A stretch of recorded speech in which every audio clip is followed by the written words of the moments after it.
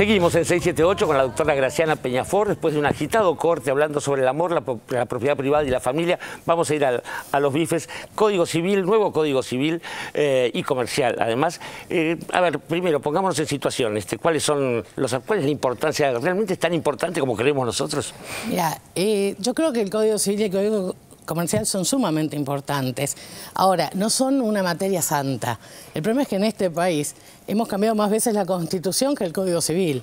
Porque curioso. Detrás del Código Civil y del Código Comercial, lo que en términos casi marxistas te diría se esconde, estaba la superestructura ideológica, la parte legal de esa superestructura que sostenía una manera de distribución de la propiedad. De hecho, se le llama derecho privado y se hace énfasis en el derecho privado solo para dejar muy claro que el Estado ahí tenía poco y nada que hacer. Yo siempre cito un joven abogado que es brillante, se llama Lucas Arrimada, que dice cada vez que alguien dice que Vélez Sarsfield es un genio, una mujer se vuelve incapaz relativa de derecho y, por ejemplo, no puede administrar sus bienes. Está muy bien. Ahora, Graciana, vamos a los bifes concretamente, los puntos concretos que están en disputa o en duda respecto a cómo se laudan las relaciones en una sociedad. Mira, depende de dónde te pares. Hay toda una fuerte crítica a algunos aspectos vinculados a muy importantes reformas en lo que hace al área que llamaríamos familia, que es más amplio, que incluye desde un sistema de divorcio mucho más expeditivo y ágil, que además quita la imagen del divorcio culpable. Y la verdad que está bien, porque hoy los acuerdos... Menos doloroso, me parece, más expeditivo, pero menos doloroso. Exactamente, pero además no te exige... Yo pienso esto, vos te enamorás el 11 de enero y el 12 te podés casar. Sí. Pero si después no te desenamorás, tenías que permanecer casado, o sea, inclusive está hecho... Además, la verdad, protege un poco la intimidad de la familia. Pero a eso te quería pasar por eso, porque hay este ejemplo que vos pones está bueno, de vos te casás, te enamorás el 11, el 12 te casas y nadie, ni la iglesia, nadie te pide explicaciones de por qué te enamoraste. Ahora, si vos te querés divorciar, tenés que explicarle a todo el mundo por qué te divorciás, qué cosa fue la que te hizo esa persona de la cual te divorciás, exponer tu vida privada, que ahora con eso se modifica, porque no hay culpabilidad. Exactamente. Yo los otros días discutía con alguien en otro canal de televisión, sí, la fidelidad, y le digo, mira, cada uno tiene una concepción de la fidelidad. Lo que tengo claro es que el Estado poco tiene que hacer en los acuerdos o en el rompimiento de esos acuerdos que yo puedo tener con mi pareja. Mucho más tiene que hacer con la situación de los chicos en adopción. Claro. Porque un trámite de adopción que dura 10 años significa 10 años de un chico institucionalizado. Bueno, esa es otra de las grandes reformas que tiene el Código del Sistema de Adopción. Una cuestión muy importante que tiene, que adecúa a leyes que ya se han dictado y unifica, por ejemplo, el sistema de convivencia, donde da derechos asimilables a los matrimonios, a los derechos matrimoniales. Inclusive, por ejemplo, vos vivís, se muere tu pareja, continuás viviendo en el que fue el domicilio de la convivencia. Había distintas leyes que daban un derecho a pensión. Esto unifica el sistema para aquellos que no pasan por el registro civil, o que hacen una inscripción de esta cuestión. También tiene algunos aspectos vinculados a problemáticas de la vida moderna que no había manera de resolución. Sé que esto lo vamos a charlar seguramente en un rato, que tiene que ver, por ejemplo, la situación de quienes no pueden tener hijos por sí mismos, los aspectos vinculados a las técnicas de fertilización. También me parece que, en materia de familia claramente es una adecuación, una modernización, y aparte empieza a aceptar este nuevo tipo de familias que se ha conformado. A mí también me parece sumamente importante lo que tiene que ver con aspectos vinculados a contratos y sociedades. Yo escuchaba a Cristina, a la presidenta, cuando decía, a mí me gusta mucho el tema de la sociedad unipersonal. A mí en particular no me gusta tanto, pero sí me parece sumamente importante la regulación de algunas formas de propiedad compartida, como pueden ser los barrios privados, los tiempos compartidos, que escuchaba, porque al código le pegan por derecha y le pegan por izquierda, decía, bueno, esto solo defiende los derechos de quienes son propietarios y no de quienes carecen de todo esto. Muchas de las cláusulas protectorias, la función social de la propiedad se mantiene, aparte de rango constitucional, hoy nadie la pondría en duda, pero más allá de eso me parece que empieza a poner en orden muchos contratos que frente a la falta de legislación terminan siendo contratos por adhesión. coerción. Entonces, hay siempre una parte favorable. A mí me parece crucial el tema, esto de la autonomía y la voluntad. Sí, la autonomía y la voluntad, siempre que no implique cláusulas abusivas, siempre que no implique... En concreto, autonomía de la voluntad respecto de... Hay un principio que dice que lo que las partes acuerdan dentro de un contrato es ley para las partes.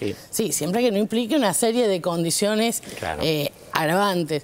Y una cosa que sabes que para mí no ha sido lo suficientemente resaltado y que me parece sumamente importante, había mucha legislación comercial que era autorregulada, por ejemplo la bolsa de valores. A ver. Se llamaban entidades autorreguladas, es decir, ellos mismos daban su regulación. Cuando vos ves, por ejemplo, lo que pasa con la denuncia que existe por la capitalización de acciones del Grupo Clarín, que nunca se resuelve, entonces, bueno, esas eran las entidades autorreguladas, autorreguladas por los mismos que hacían negocios ahí, una cosa muy extraña, y esto se adecúa a la nueva ley que se dictó sobre el mercado de capitales, y me parece una cuestión bastante trascendente señalar, dejar de creer que porque es derecho civil o porque es derecho comercial, el Estado tiene que absolutamente desaparecer. El Estado tiene que aparecer en la situación en la que se requiere el Estado. En relación a eso, había como dos críticas que se hacían especialmente, digamos, desde la derecha. Una era la cuestión de la responsabilidad del Estado y la otra era la cuestión de los contratos y, digamos, la tensión entre peso y dólar, si finalmente, como se había incluso instalado, que si uno ponía dólares en el banco, le devolvían pesos paraguayos. Bueno, la presidenta hoy expresó eso pedagógicamente. Sí. A lo mejor es bastante sencillo, eso se debe a una modificación que hubo en un momento donde lo que se dice es que cuando hay una obligación de pagar en moneda extranjera, se puede cancelar en moneda de curso local. Y lo que se suprimió fue conforme cotización oficial, a los fines de evitar mayores... De todos modos, vamos a ser justos. En lo que se refiere a entregar moneda extranjera, nuestro país ha estado sujeto a diversas normas y a mí me causa gracia porque los mismos que hoy reclaman que si la deuda es en dólares, se pague en dólares, aunque lo tengas que comprar en el mercado ilegal, son los mismos que en el 2001 sacaban titulares pidiendo la especificación. Digo, los bancos eran los que querían la especificación. Acá hay un tema. El mercado de cambio es bueno o malo según el que gana dinero o en su defecto el que menos lo pierde. Yo en este sentido me parece que la nueva ley establece algunas pautas. Aparte hay que ser claro, las normas no son solo la norma aislada. La norma se interpreta en un sistema jurídico que va a implicar además la intervención de los jueces, intervenciones doctrinarias. Por supuesto, sería mucho más útil si la oposición, en lugar de ir a dar los debates a las cámaras de televisión o a presentar medidas judiciales por todos lados, diera los debates en el Parlamento. Porque el debate que se tiene en el Parlamento sí tiene una validez jurídica porque sirve de pauta interpretativa. Y eso es otra cosa importante. El proyecto original le daba mucha importancia a la jurisprudencia, más a la interpretación que las leyes de este código hicieron, y me parece a mí una cuestión razonable haber modificado en parte eso e ir al fundamento teleológico, es decir, del fin de la norma. O sea, no tomar un caso como referencia como en la justicia norteamericana. Claro, el proyecto original tenía una fuerte modificación en lo que se refería a fuentes, marcando la jurisprudencia, que a mí me parece que en algún punto era una suerte también de claudicación de la política, porque nosotros no tenemos el sistema anglosajón, tenemos otro sistema. Digo, más allá de este famoso proverbio de los abogados que se origina en un fallo norteamericano que dice que las leyes son lo que los jueces dicen que son, lo que busca el código, las leyes son lo que los jueces dicen que son, teniéndose en cuenta la voluntad del legislador al dictar la norma. Porque si no, podríamos a ver, aquello que está prohibido por vía reglamentaria estaría permitido por vía judicial. Entonces el equilibrio de poderes se me desequilibra un poco.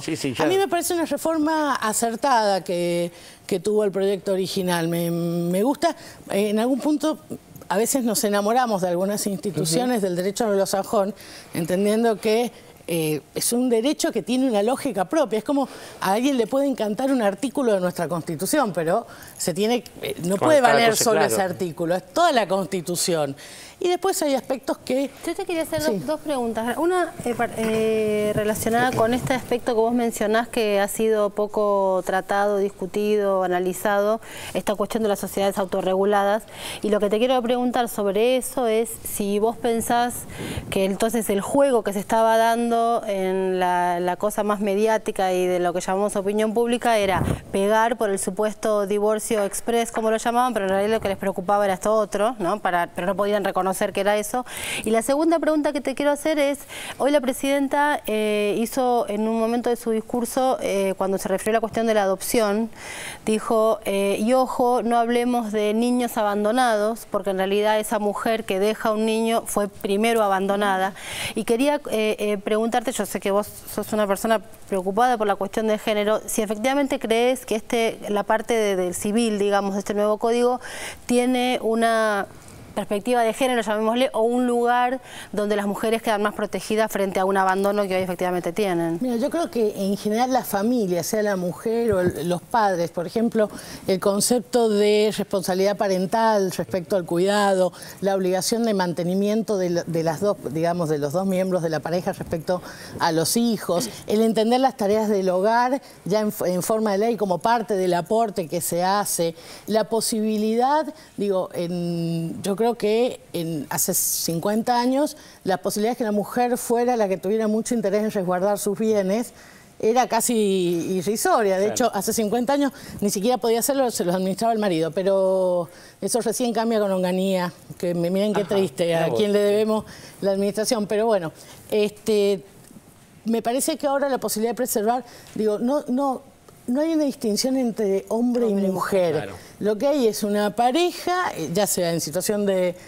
me siento en exceso de progresividad, pero ya sea una pareja que se casó o que convive. En situación de convivencia dije, no, es demasiado. Es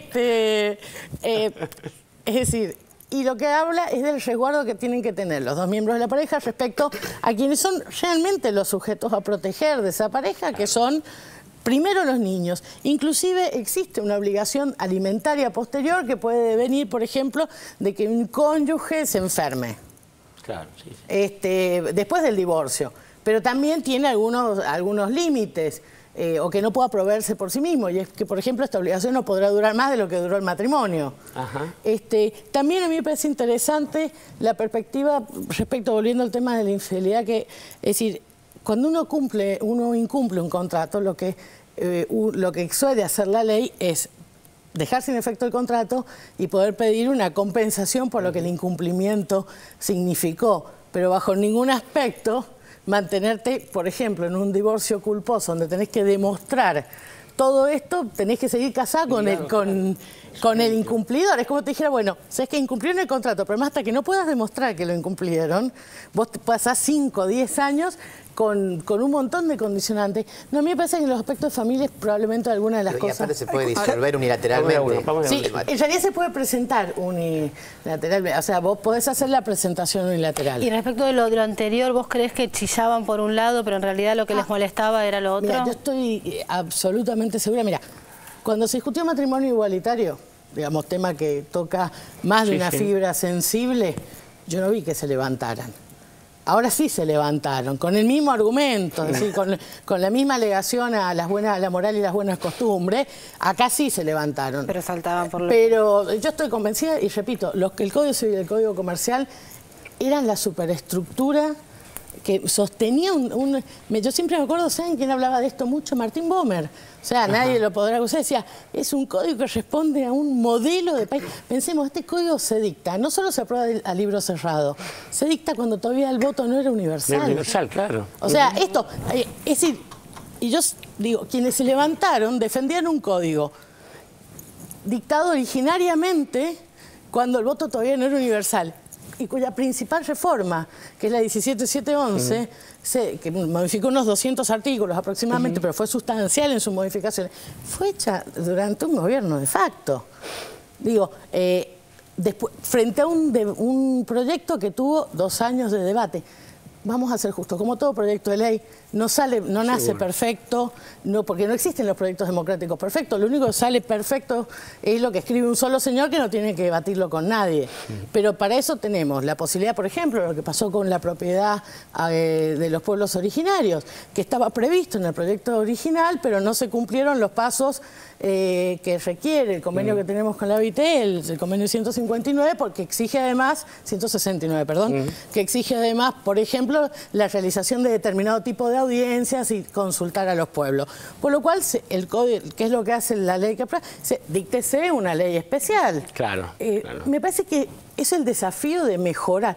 Yo no creo que el cambio sea bueno por el cambio. Lo que sí sé es que teníamos un código que dejaba muchas situaciones sin protección, que atrasaba en relación a cómo están siendo las instituciones hoy en la actualidad y muchos aspectos que vinculan la vida privada. Y me parece que es el desafío además de seguirlo mejorando. A mí hay cosas que me gustan del nuevo código y cosas con las que, la verdad, las tomo con un vaso de agua, pero creo que es importante tener una legislación que además presenta el desafío de replantear algo. Digo, nunca vamos a replantear fertilización in vitro si no tenemos una norma de partida. Ahora, Norita, sí. Graciana, con respecto a lo que decís, bueno, hay cosas que no me gustan y vos haces hincapié en algo que creo que es evidente, en el avance que implica, sobre todo, bueno, en las relaciones de familia y en una sociedad que, bueno, estamos hablando de 2 siglos de diferencia prácticamente, que, digamos, que necesita adecuarse, esto es obvio. Ahora, hay una explicitación, una modificación que fue introducida en realidad en el debate legislativo, que no estaba en el proyecto original, en el borrador original, que es este reconocimiento de la vida desde la concepción. Y de la persona como concepción. Mi pregunta va a lo siguiente: si esta explicitación en el código no puede implicar digamos, una limitación más para un debate sincero sobre la necesidad de despenalizar el aborto en Argentina. Mira, respecto a esto, y hago la salvedad, es un tema que toca necesariamente creencias muy personales. Digo, no lo puede resolver una sola ciencia ni una sola rama. Yo en personal, yo siempre lo digo antes de hablar de esto. Yo vengo de una familia con formación católica y probablemente soy el tipo de personas que jamás haría un aborto. Ahora, milito la despenalización porque esa es una decisión moral autónoma mía. Y no le puedo imponer mi moral a otro. ¿Cómo quedó redactada? No cambia demasiado en relación a como ya estaba antes. Y yo siempre, los otros días charlando con alguien, le decía, mirá, aun cuando hubiésemos suprimido esa cláusula, el aborto seguiría estando penado en el Código Penal, en las condiciones en las que está penado y en las condiciones que según el fallo de la Corte no resulta punible. Entonces, vos no podés pretender cambiar la legislación penal por una cláusula civil ni la legislación civil con una cláusula penal. Lo que tenés que hacer es articular un sistema. Yo creo que el tema del aborto o la interrupción del embarazo es un tema que debe ser debatido, pero debe ser debatido en serio, asumiendo que es un debate que nos pone muchas veces incómodos y en contradicciones con nosotros mismos. Y también me pareció, si me permitís, un poco exagerado que tomado de esta cosa que toca, alguna fibra íntima, se llegaran a cosas sobre el tratamiento de embriones, donde decían que si se te caía una probeta era prácticamente un aborto, teniendo en cuenta que para nosotros, además, en nuestro sistema constitucional, tenemos con jerarquía constitucional, es decir, igual a la Constitución, tratados de derechos humanos y que además los fallos de la Corte Interamericana son de interpretación, son obligatorios para nosotros en la interpretación y que, por ejemplo, respecto al embrión han sido clarísimos, dicen que se considera desde el momento de la implantación y no antes. Hay un fallo de Costa Rica, contra Costa Rica, donde finalmente no solo lo obligan a garantizar al Estado las técnicas de fertilización in vitro, sino además a indemnizar a quienes no habían podido acceder en virtud de un fallo de la Corte. Me parece que son temas que hay que disponer. Yo, por ejemplo, en lo personal, no estoy de acuerdo con que se haya suprimido la posibilidad de la sustitución de vientres, porque la verdad es que hay aspectos que son claros, que no solo tienen que ver con la edad, sino, qué sé yo, podés tener alguna enfermedad que te impida tener y que vos quieras de todos modos ser mamá. Me parece que es un tema a revisar, que no significa que no haya que discutirlo. Vos me preguntás, yo creo que en muchos casos está justificada la sustitución de vientres. También me parece que hay grandes, grandes aportes. A mí realmente hay cosas que me parecen como muy importantes dentro de lo que se ha legislado, pero también es el desafío de dictar primero las leyes especiales, reglamentarlas, aplicarlas, ver qué pasa en las distintas instancias judiciales. Lo que sí me permito decir es que lo que me pareció imperdonable es el intento de un importante sector de la política y de los sectores de interés que esta discusión no se diera. Llamar prematura a la discusión que empezó en el 2011, casi terminando el 2014, suena un poco ridícula. Sí, cuando menos ridículo. Orlando, ya nos tenemos que ir a un cortito. No, simplemente estaba pensando en base a todo lo que estás reflexionando sobre un código. Yo pensaba que vivimos con un código toda la vida sin darnos cuenta, naturalmente, y ahora estamos frente a otro. Lo primero que pienso es que son los jueces, los abogados, quienes deben obviamente estudiar para poder después poner en la práctica esto que está en los folios. Lo segundo, en base a las reflexiones, incluso a las preguntas que te hicieron mis compañeras, pensaba si en realidad el núcleo del código, del viejo código de Vélez Sarsfield, al que hacen mención todos los estudiosos, no era un código obviamente cifrado anacrónicamente desde hoy, en otra época, basado en la familia y el matrimonio, más imperecedero, y el código de hoy aporta más a la persona, al individuo, como sujeto, más allá de que sea mujer u hombre.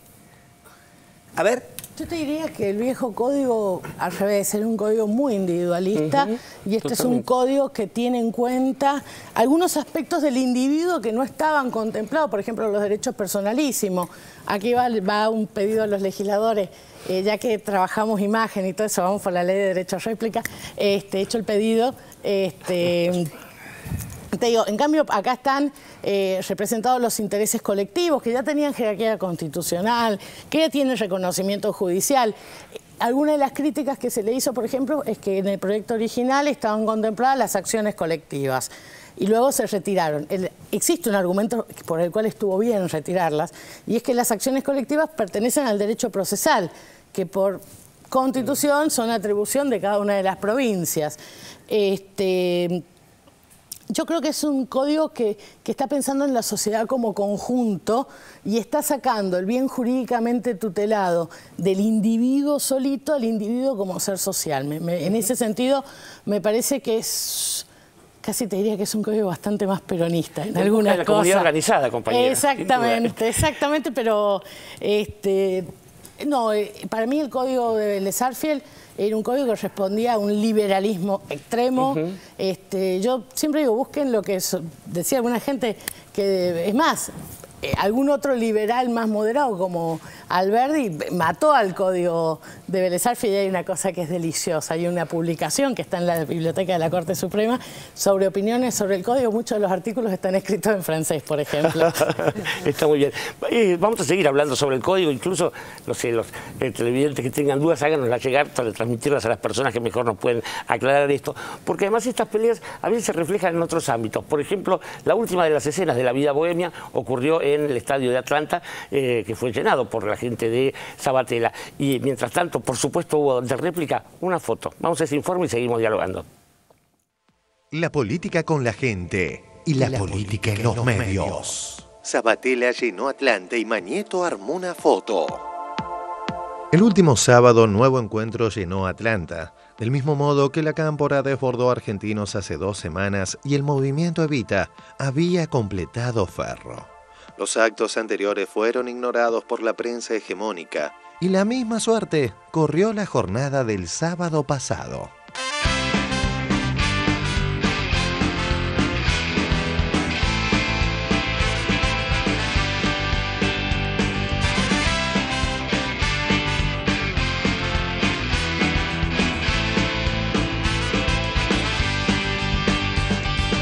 Martín, un nuevo estadio repleto en apoyo al gobierno nacional. ¿Cómo lo viviste esta jornada, en esta oportunidad de Nuevo Encuentro? La verdad que muy contento, por supuesto, ¿no? Más de 30.000 compañeros y compañeras de distintos rincones de la Argentina para esta fiesta de la militancia kirchnerista, como en Ferro, como en Argentino Junior, como en todos los actos que que se hacen del kirchnerismo, ¿no? Que tiene la alegría militante de ser parte de un proyecto que volvió a enamorar, que volvió a entusiasmar, que convoca, lleno de convicciones, de ideales, de sueños. Néstor recuperó la utopía, puso la utopía en el presente y en el futuro, la sacó del pasado.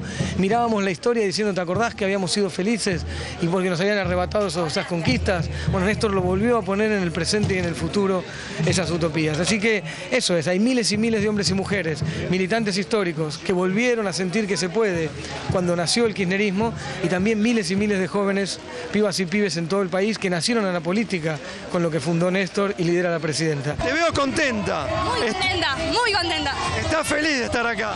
Sí, feliz porque nosotros militamos con alegría. La realidad es que nosotros militamos con alegría porque estamos construyendo un país mucho mejor y además somos muchísimos, estamos unidos, estamos participando. ¿Cuántos años tenés vos? Yo tengo 17 años. ¿Militás hace cuántos? Hace 2 años. No sé si te das cuenta, pero tenés una sonrisa que no la podés disimular cuando hablas. No, no puedo. Estoy muy feliz. Vamos a ir por casi 12 años de un gobierno, de un proyecto político que ha transformado a la Argentina y que fundamentalmente ha generado esta pasión militante. O sea que esta es la esperanza hacia el futuro. Yo diría que uno de los grandes méritos que tiene esta década es la revalorización de la política. Que los jóvenes puedan volver a soñar. Cuando estaba en secundario, mis compañeros y yo mismo nos representábamos por la música, por ejemplo. Si éramos rolinga o si éramos punk. Yo no conocía militantes. No conocía a nadie que militara. La política pasaba en la televisión. Me pasó de varios años después, en el año 2010, empezar a dar clases en esa secundaria. Y estaba repleto de militantes, de diferentes expresiones políticas, no solamente de kirchnerismo. Pasaste de alumno a docente y había cambiado todo. El mismo quinto año estaba lleno de militantes cuando en mi secundario no existía. Y llama un poco la atención esto, digamos, que se está diciendo permanentemente el fin de ciclo, que se insiste tanto sobre esto, como que en el 2015 se terminara algo. Por otro lado vemos esto, el acto no encuentro, el acto de la Cámpora, de Levita, de las distintas organizaciones que demuestran que esto está muy lejos de terminarse, que la organización es cada vez mayor, las fuerzas crecen cada vez más. Y bueno, muy contentos de esto. Mientras esto es olímpicamente ignorado, Amplio Rebote tiene una foto armada con la intención de generar, permítanos la redundancia, amplio rebote.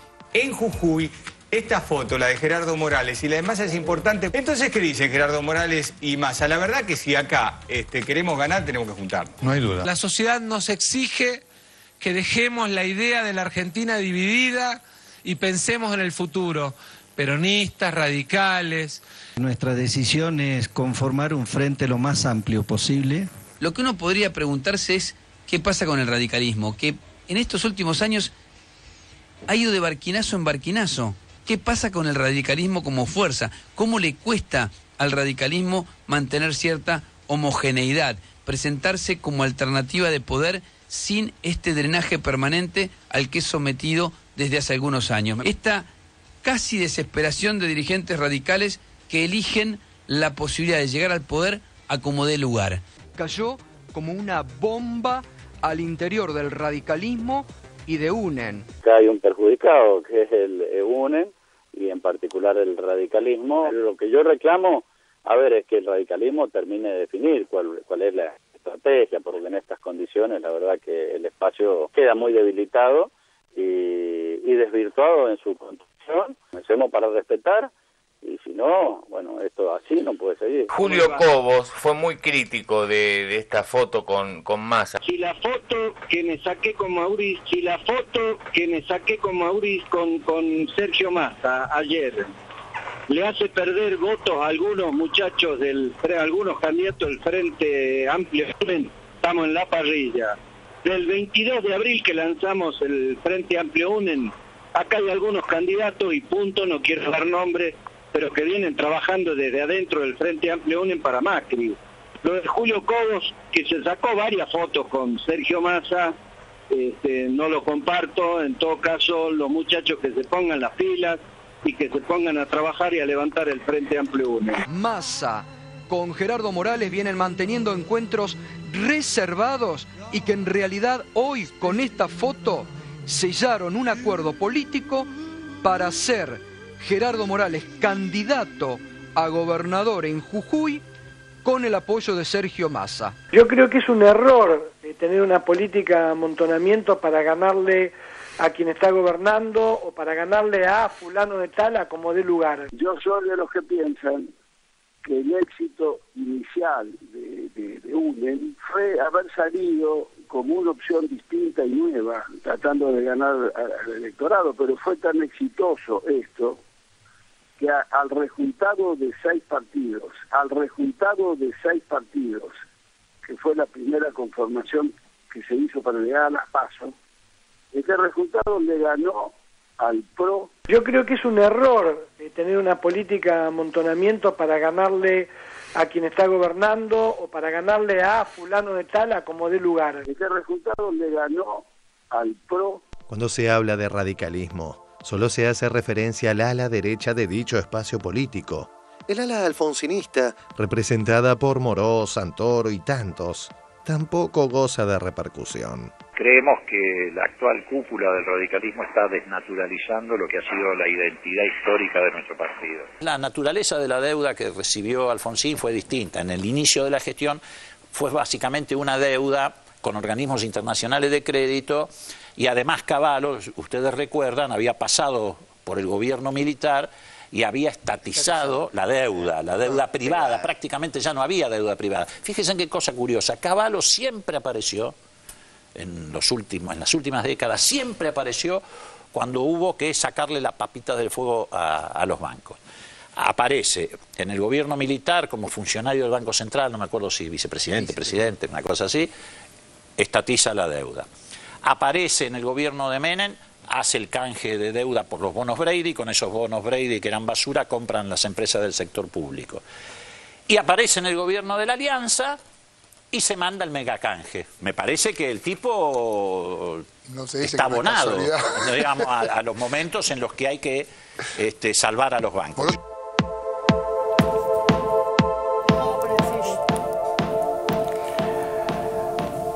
Muy bien, nuevos posicionamientos del Frente Renovador y algunos dirigentes del radicalismo por allí. Graciela Peñafort se muere por decir algo sobre la última foto, pero vamos a ir a un corte y cuando volvemos hablaremos de eso. Y si tenemos tiempo, la peregrinación de Clarín a Wall Street. Mi libertad de expresión. Ya venimos. Maldita publicidad.